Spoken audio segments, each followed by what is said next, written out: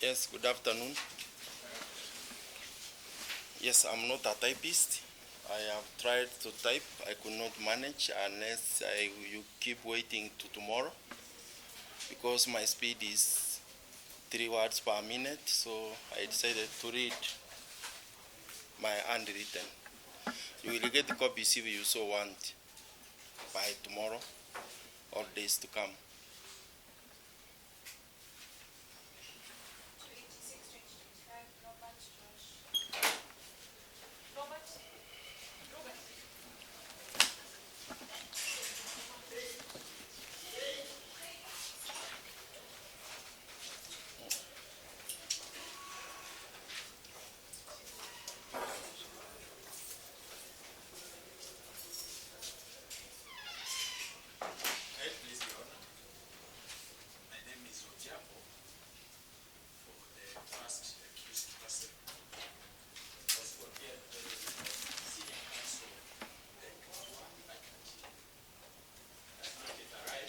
Jambo for first accused.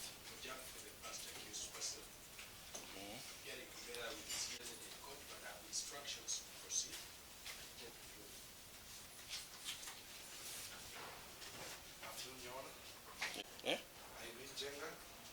Yes. Together with for the second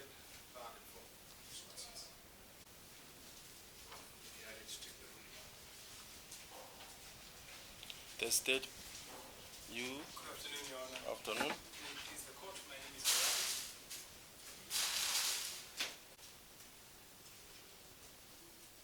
on behalf of the victims.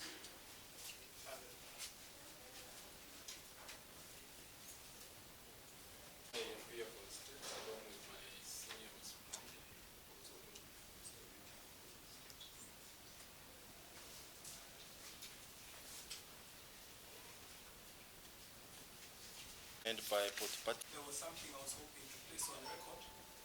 At what Before stage? you read your ruling, Then I. pertaining to the documents that you were given this morning, I just wish to state to the court that by the probation officer states to me that there are some inaccuracies in what has been attributed to him. I just give it to the court's direction. I did have a word with Mr. Ngetich. Are you talking off record or I'm supposed to? I'm informing the court so that you can give me the directions because I know you have. I don't know the directions I give because I'm out to deliver ruling. So I think, Your Honor, then. In the morning. Yes. I ask if I give you the reports, it will mean you respond and then I will defer the ruling. To us say no, we will not be responding. You didn't say anything. So I went. Your Honor, I hadn't even seen the reports. I got the reports as you were stepping out. So what do you want me to do? Because even if you say anything, unless I'm going now to change my ruling.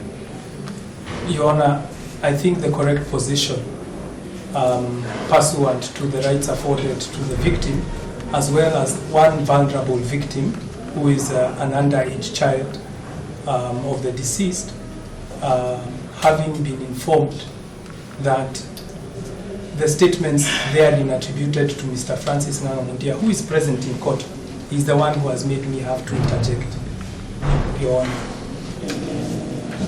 It would be his position that he would like to give the accurate statements that he made for the court to consider, even if it means just having him address the court or even file an affidavit by close of business today for your consideration, and we have the ruling delivered tomorrow, having had sight of what he has to place before the court. 1 minute.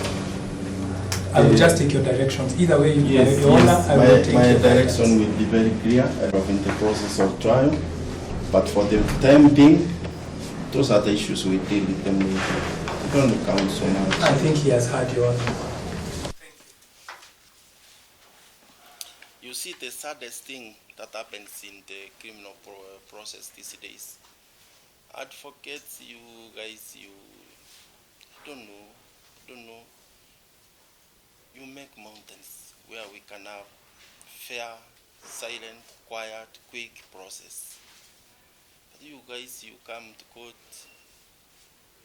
you want the process to be as tedious and unnecessarily. You want the process to look like we are seeking for sympathy. We empathize as a court, but we don't call that sympathy feelings in the process. Because if we were to do, we can't hear anybody. I'll sympathize with the accused, I'll sympathize with the complainants. Then at the end of the day, will I deliver justice? No, I will not. So why can't you allow courts to go to the main thing, which is through evidence? Then we come to a finding. I feel so good when we have advocates from both sides.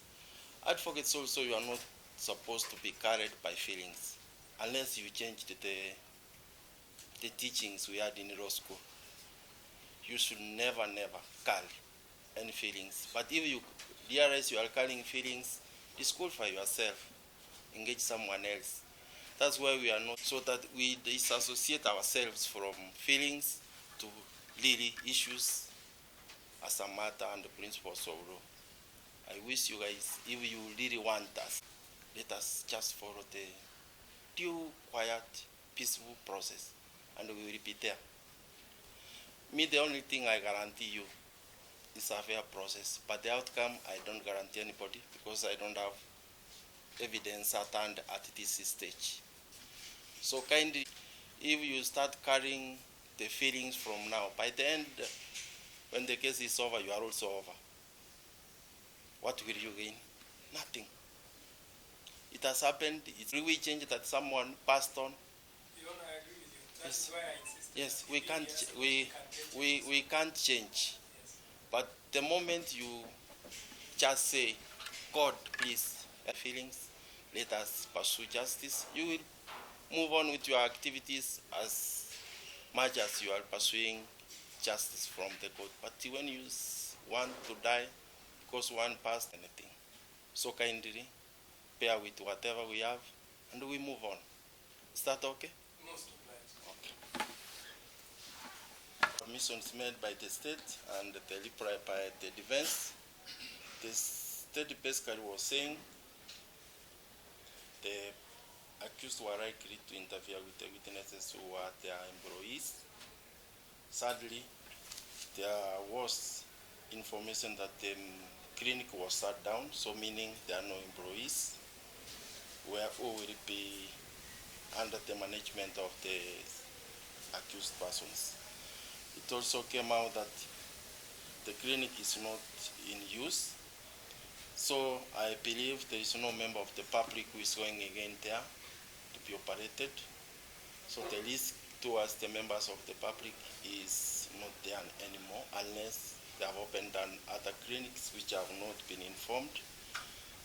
And also it is clear, even from through social media, that the incident took place last year or thereabout. The accused have been out here. If indeed they wanted to interfere with the witnesses, they had ample time all this time. But there was no information by way of an affidavit or whichever way that they even approached the said witnesses. The state has also not made an effort to say we want ABCD to be among the protected witnesses. So the issue of witnesses does not come in at this stage. Sadly, again to the state, the accused have been on anticipated bail. There was no evidence that they didn't appear when they were required. And I have considered the feelings and made by the advocate for the victims. These are not the people who stay together. By keeping the accused in prison will not add anything. The only thing it will do, it will make the process longer, tedious, which will waste now the feelings of the victims and the feelings of the accused and their families and even the members of the public. I'm guided by the case of Bando, which started from the High Court to the Court of Appeal. It was serious compared to this one. Were they given bond or not? Were they given bond? Yes, they were given bond. And you understand what circumstances were in that case and circumstances in this case. This case has no premeditated evidence so far that there was someone who intended for another reason apart from what we hear from social media that the deceased went there for either treatment or whatever you will say, but there was nothing that was placed before me at the end of the accused person had summoned, had followed, or had an interest to cause death to the deceased. So guided by that case, I do find that it is for the interest of just that they be granted bond so that the process of hearing can commence without unnecessary hindrances through appeal process, because I am very far, number one. We have how many up there? How many courts? 3 more. So if you were to move only on bond to the Supreme Court, how many days are those? Is there justice that has been done? If you have to follow that process to the victims? No. So the victims should be heard on priority. Then they go home and they relax as they wait for the verdict. So I have granted bond of Kenya shillings 1 million with surety or cash bail 500,000 with one contact person. The accused person to restrain themselves from contacting any witness if there is. The business premises to remain as it is. I don't know how it is. The matter to be heard on priority basis. The state to supply the defense with all the witnesses' statements and documents which they desire to rely on within the next 14 days. The matter to be mentioned on 28th of April for further directions. From court. Have a lovely afternoon. 28. Have a lovely evening.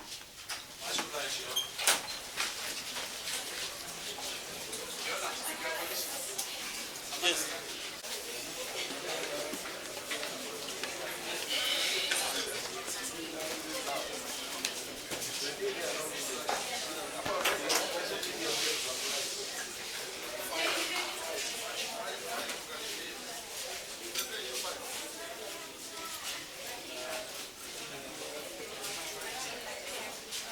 Yes.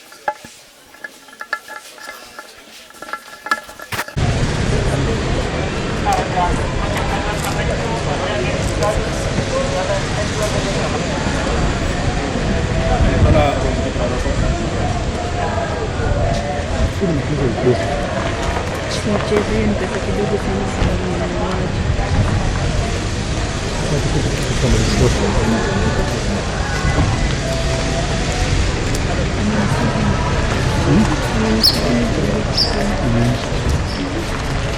Hiyo ndio shida.